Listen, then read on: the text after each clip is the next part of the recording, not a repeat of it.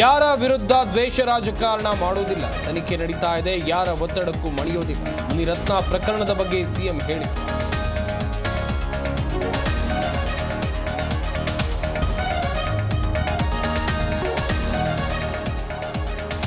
America ಪ್ರವಾಸದಲ್ಲಿ ಪ್ರಧಾನಿ ಮೋದಿ, ನ್ಯೂಯಾರ್ಕ್ನಲ್ಲಿ ಭಾರತೀಯರ ಜೊತೆ ನಮೋ ಸಭೆ. ನಾಳೆ ವಿಶ್ವಸಂಸ್ಥೆಯ ಮಹಾ ಅಧಿವೇಶನ ಉದ್ದೇಶಿಸಿ ಭಾಷಣ.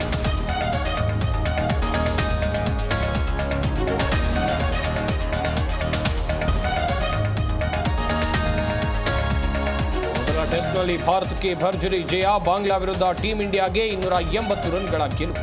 ಅಶ್ವಿನ್ ಬೌಲಿಂಗ್ ಆರ್ಭಟಕ್ಕೆ ಬಾಂಗ್ಲಾ ಬ್ಯಾಟರ್ಸ್ ತತ್ತ.